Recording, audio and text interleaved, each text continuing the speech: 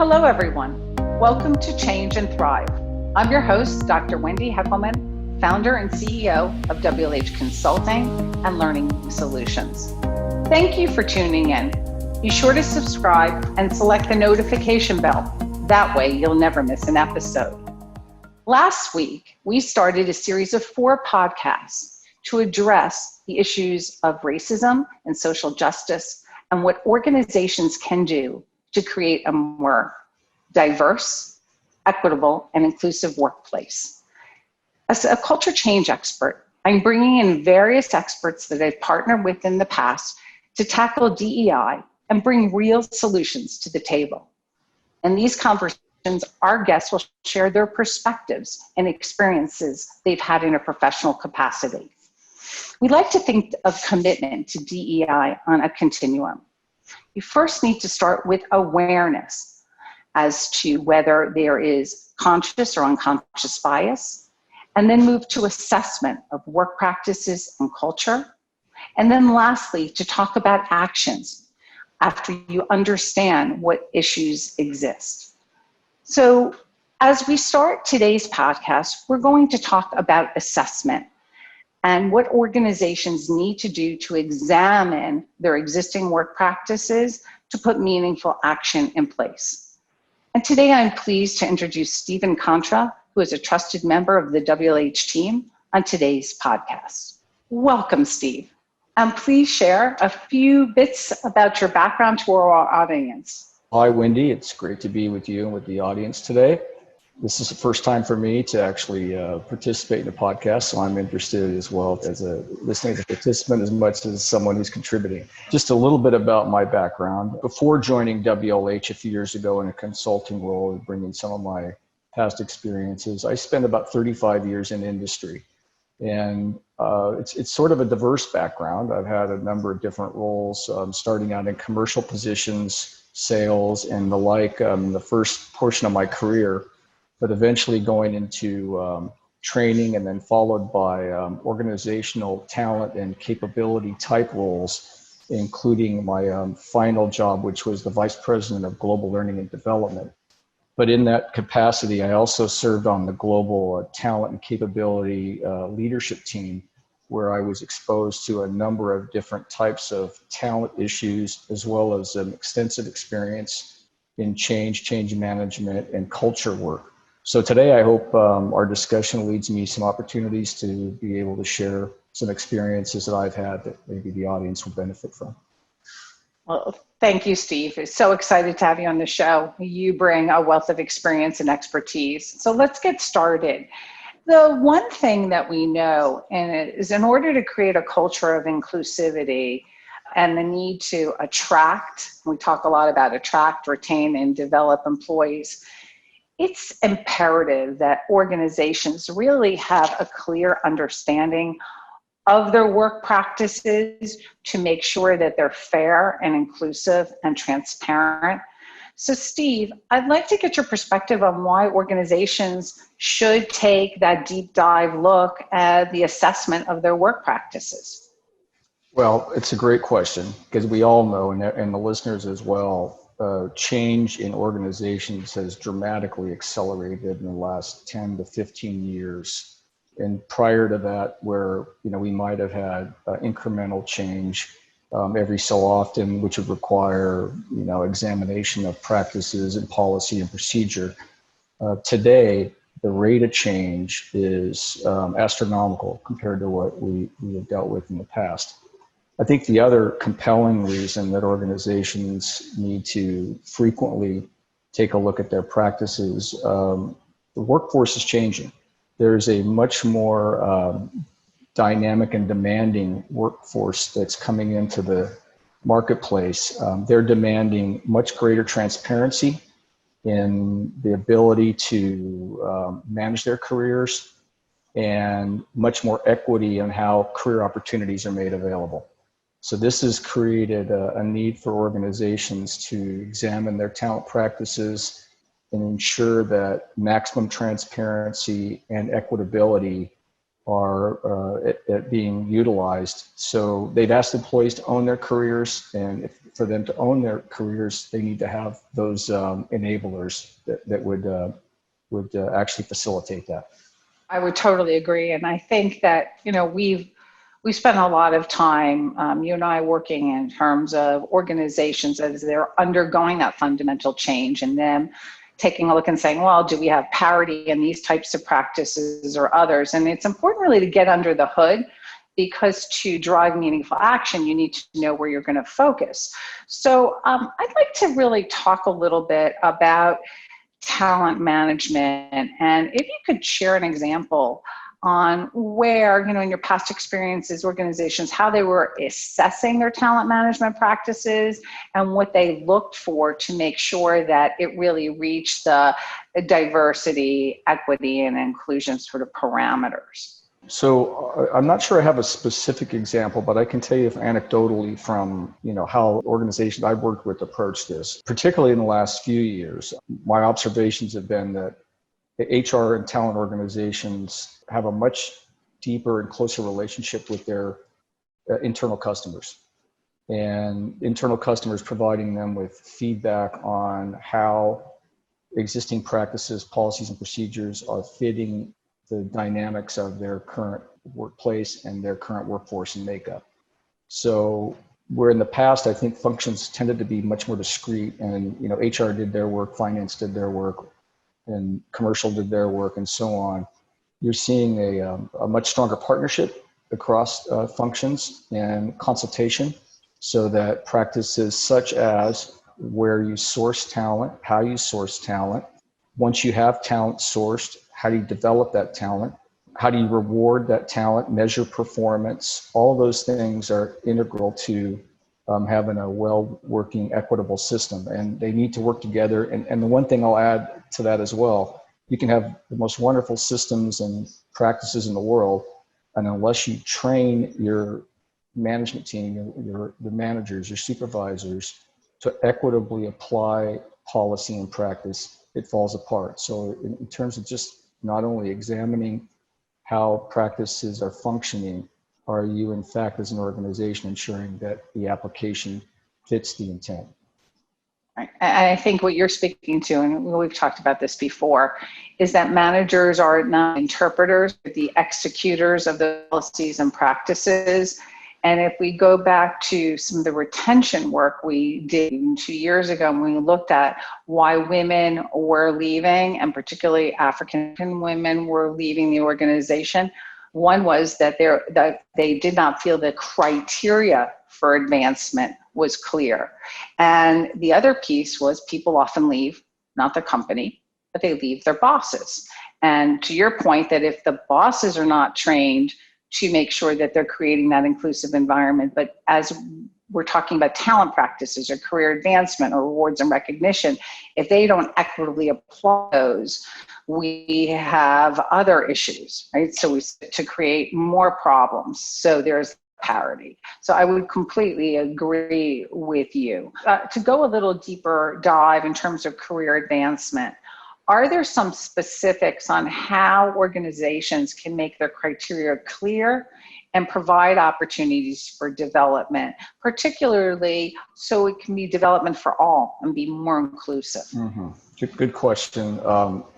I think first and foremost, organizations need a way to transparently and broadly communicate the availability of opportunities, global job posting systems and the like. How do you make known to people that there are opportunities out there and what the requirements are for those opportunities, what the educational requirements are, what the experiential requirements are? I've heard organizations, and particularly ones I've been involved with, talking about the idea of a career lattice, not a career ladder, because organizationally, with the complexity of business today, that vertical movement is probably not realistic for individuals who really want to enrich their careers. So it's more of a horizontal and vertical combination. How do I move around the organization to get the types of experiences that will let me move into other roles? So having a transparent way to articulate what types of experiences are valuable and needed for different positions, I think is rule number one. I'll give you an example of where organizationally we had a practice that I think facilitated some of this transparency and equitability around people being qualified for and being considered for roles. When we had an open position in our function, we as a leadership team would debate candidates and had to present candidates to the rest of the leadership team so that it provided a forum that the manager had to provide clear examples of why they felt an individual should be moved and to a particular role. And it also gave an opportunity for other leaders within the group to present candidates who may have had experiences unknown to the hiring manager. So that created an opportunity and a forum where, as a group, we could examine a large number of people whom not each of us would know individually, but through our peers, we would get a much deeper understanding of what types of experiences and practices that they have, where their performance strengths were, where their particular development needs were. It also gave us an opportunity to assess stretch opportunities. Candidate who may not quite be ready for a position, but they've demonstrated potential. And that potential is something that the direct manager might know about, but the hiring manager might not. And we could as a team then debate, where we might want to take a chance with a stretch opportunity. So I think those are the types of things I think about when I look at creating transparency and equitability and talent movement. It's not just the criteria, but it's also the mechanism for how you discuss and think about moving your talent to opportunities that might not otherwise be available for them. And I think your point about transparency, about career opportunities and what the requirements, I mean, as you might recall, we worked with a global pharma company a couple of years ago, and we built career experiences. We didn't use the term, ladders, to your point, for each and every role, to be very transparent on what the requirements were in terms of competencies, performance, experience, and the types of actions they would like to have seen occur. And that helped to broaden, right, the pool of talent. But organizations really need to take that introspection to see what are they doing. And you've now provided a couple examples on ways that they can not only assess, but how they can act. And, we know that before we, a subset of talent management is really performance management. That's a practice. And are there elements that need to be assessed to make sure that they are much more fair and inclusive from your perspective? Before we even talk about that, I think the one thing we should at least consider is the changing look and feel of the workplace. The emergence of the networked workforce, people working remotely, global considerations, managers who have direct reports that are in different time zones, different countries, different cultures, and also the emergence of the matrix workforce, where an individual may be working on multiple projects, and while they may have one solid line direct manager, they may have multiple dotted line supervisors or project team leads that they're reporting into or that they are responsible to for particular results. So each of these things has created different pressures on having a truly transparent, comprehensive, and equitable performance evaluation. And I'll go back again to the similar example I talked about with placing people into new opportunities, new positions or roles.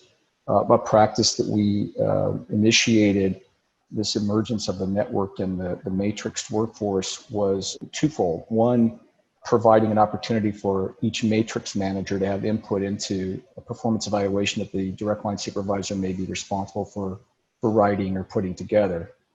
And the second thing would be having another forum, an open forum, where performance ratings and performance outcomes were discussed and debated by the leadership team, so that the direct line manager would obtain feedback and must defend their position on that person with behavioral examples, so that their peers would have an opportunity to come back and ask questions about those behavioral examples. Were they being totally and completely unbiased and objective about how they evaluated a person's performance, and not necessarily focusing on criteria that might not be as important, such as presence. Things that used to be much more important when I was early in my career, are you showing up, are much less important now as are you getting results, regardless of how much you show up or where you're located or, what kind of office you have. So those kinds of things, I think, have changed the dynamic of performance management. They've created a need for a much broader inclusion of the people that should have input into the performance review. And it's also created checks and balances for the direct manager in the sense that there are ways to provide contrary positions or other views that they might not necessarily have on their own. Thank you. I think issue performance management is multifaceted, right? It's not straightforward. And to your point, given the network, given multiple people that you may interact with, how do you get a good view? I can recall several years ago, we were brought in to work with an organization that had some inherent bias in their performance management process. As such, they were fined hundreds of millions of dollars because of the lack of equity. There was some a priori assumptions about women in particular, and that they were not given those promotional opportunities or evaluated because there were some beliefs that they might not want to continue their career. So I think, to your point, creating checkpoints in place to examine how you're managing performance and evaluating is so important, especially given the changing workforce and changing dynamics. So I totally agree with you. And the other practice that we about at the organizational level is really total rewards. And neither one of us are compensation experts. What can organizations, or what do they need to assess to ensure that there is parity across their organization so people are getting same role, equal pay? Because we know up until recently, that hasn't always been the case. I'll use a term that one of my mentors used to use with me, and it applies in multiple situations, but in this one in particular, alignment. Are your total reward policies, practices aligned with what your intent is as an organization, what you're trying to reward and what you're trying to achieve? If your intent is to reward and enable a more inclusive and equitable environment, are your comp practices, your total reward practices aligned with that intent? And that can entail a number of things, because the term total rewards, which is relatively new to HR and to human capital in the last, 10 or 15 years, encompasses many different types of benefits. It's not just compensation. It can also be vacation time. It can be retirement plans. It can be health care. So there's a number of aspects of total rewards, equity awards. So these are things that, as organizations look to allocate those, are they allocating them in a way that are consistent with the behavior and practices that they want to see and enable in their organizations? And I know we've been talking, Steve, a lot about organizational practices. At the end of the day, that we know that organizations need to be intentional in terms of the type of culture that they create, and they need to strive to create opportunities that are both a culture that's both inclusive and fair. And we know that it's important to tap into the full potential of all people, as well as retaining diverse talent. So an area that I want to ask you to talk a little bit is about an organization's philosophy around coaching, mentoring, and sponsorship. I want to make sure that we're clear to our listeners the differences between coaching, mentoring, and sponsorship as well. I think most people recognize that coaching is, I guess you could say, providing support to an individual. How do you available as a sounding board, as someone who can provide expertise and insight, and also direction, depending on how new the employee is. There's a continuum, and coaching could be situational. We all heard of the situational coaching model, and situational leadership. So coaching is a practice that takes place in organizations at many levels and many different forms, but it's something that most managers and individuals are familiar with. Mentoring and sponsorship really entail a couple of different types of activity or types of different support for the organization. most people are, I think, are familiar with mentoring and mentorship and how it works. And there's a formal and informal approach to mentoring. Informal mentoring takes place in many places in many individuals through just the establishment of relationships. Times you've worked with people and established a relationship, and perhaps provide them with informal advice, and they come to you for counsel. Formal mentoring is typically much more structured, and I think how organizations choose to invest in mentoring and how formal they make it can determine the success, including how they identify potential mentors, how they identify potential mentees, and how they go about matching those so that the match is productive and that it provides a positive outcome for both the mentor and the mentee. And like anything else, mentoring programs require maintenance. They're easy to go by the wayside and fall apart when the demands of the business draw focus away from them. So they take a very deliberate amount of support to ensure and nurturing to ensure that that mentoring program succeeds. Sponsorship, on the other hand, is another level of commitment. It's a much more active form, I guess you could say, of mentoring. But in terms of sponsorship, the sponsor is looking for opportunities for their sponsoree, and they may be advocating on behalf of their sponsoree for opportunities. In terms of diverse candidates, women, people of color, sponsoring can play a really important role in providing them with access to opportunities that they may never have a vision of or an access to without the sponsor's active role. So sponsoring, I think, has played a more important role in organizations in recent years as a way to introduce candidates who may not have had easy as access or as much accessibility to opportunities as maybe others had in the organization. It is a major commitment to have a sponsorship relationship, and I don't think companies use them far and wide because they are challenging to implement. But they definitely, in recent years, I think, have served a more prominent role in terms of how we develop and potentially deploy talent and make opportunities available to them.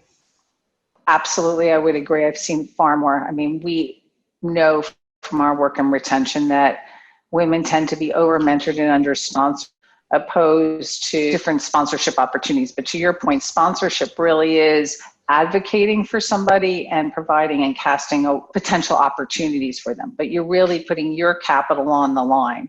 And I think that more that organizations can assess what type of mentoring sponsorship program practice they want is going to be very important when they're trying to create a more diverse, equitable, and inclusive workplace. And the last area that I think that we should chat about is really culture. You know, we've been talking about organizational practices, and culture, we know it can either be deliberately defined or it will be defined by default. We've done a lot of work through the years, Steve, you and I, where we've done culture change work with organizations. And before, though, you can do meaningful transformational change around culture, and to level set for everybody, culture is really the espoused beliefs and values of an organization. Often people say they can see what it feels like to work someplace. It governs how people dress, how they talk, things they pay attention to. In order to really move the needle on culture, you first need to assess it and take a look at really what it is currently to get to another state. So from your perspective, what have you seen, Steve, in terms of organizations as they've started their cultural assessments? What types of things have they done that's been successful? Even potentially prior to assessing their current culture, I think senior leadership needs to be explicit about what characteristics they want to see in the culture that they'd like to have in their organization. So if you have a vision about what you want, it's much easier to then think about how you move your organization and assess where you are. So I would add that. In terms of assessing where you are, I've seen organizations use a variety of surveys and survey types, and with a varying frequency, but focus groups, surveys, informal panels, formal panels, and a practice, I guess, that we all know, and it's harder as you get into larger organizations, but are the leaders getting out and walking around and learning from the people that work in the organization what's happening there. And, there's the old adage of management by walking around. That's not always practical in every situation, but there's a tremendous amount of value to understanding what your culture's like if you get out and get into the weeds and spend some time with the people that are actually doing the daily job. So because there's an informality to that adds a degree of color and texture that you can't possibly get from an organizational survey. But all of those mechanisms, I think, are available to an organization as they determine, where they are versus where they want to be. And I want to round out what you're talking about, because you started with leadership needs to define what are the core values and beliefs that they want their culture to have. And we've done a lot of work intentionally together as organizations are coming, and they may want to change their culture. They may have had a integration and they need to create a new culture or bring the best. That it's very important that tone is set at the top. The leaders take some time to identify the core beliefs and values if they're going to, before they even start to assess where they are, and then make some commitments around the types of experiences they're going to want to provide to employees, so that starts to reinforce culture. Anything else that you would like to add as we close out today's podcast when we think about this assessment phase and its criticality in leading to intentional action, Steve? Just to tie up the culture piece, I think the other major element is that senior leadership in particular practice what you preach. And you need to model the cultural characteristics that you want to see in your organization. And there are a number of ways to do this, but I'll tell you a practice that the CEO had in the organization that I worked in. We had a particular organizational characteristic that needed to change and needed to evolve in the organization. And we developed a simple prop. It was a coin, and this coin had this terminology on it. And the practice would be that if you're in a meeting and this particular characteristic either wasn't being exhibited or it was being exhibited in a very positive way, the leader could pull out this coin. And our CEO used to carry that coin with him, and he would share it with people, and he would pull it out in meetings, and he'd pull it out in opportunities to say, okay, I want to, put my coin down. This is a good example of when this happened, or as I don't think this is happening in this situation. We need to take a look at this. So it's a little bit of, it's simple things. It can be a little cliche, but it's very powerful when the senior executives are practicing what they preach and there's some visible sign that they think this is important. So I would just add that as a closure on culture. Thank you. And really, Steve, thank you so much for participating on today's podcast. Your experience has been invaluable. Love having you on the team. You bring a tremendous amount of experience and passion to the work that you do. So again, thank you very much. My pleasure to be here. Thank you. So as we close out today's podcast, there are a few key takeaways. One is for organizations to create a more diverse, equitable, and inclusive organization. They really need to assess their work practices with regards to talent management, performance management, career advancement, coaching and supervision, as well as total rewards. And organizations need to take deliberate steps to assess their work culture and to ensure its core beliefs and values promote inclusivity and equity.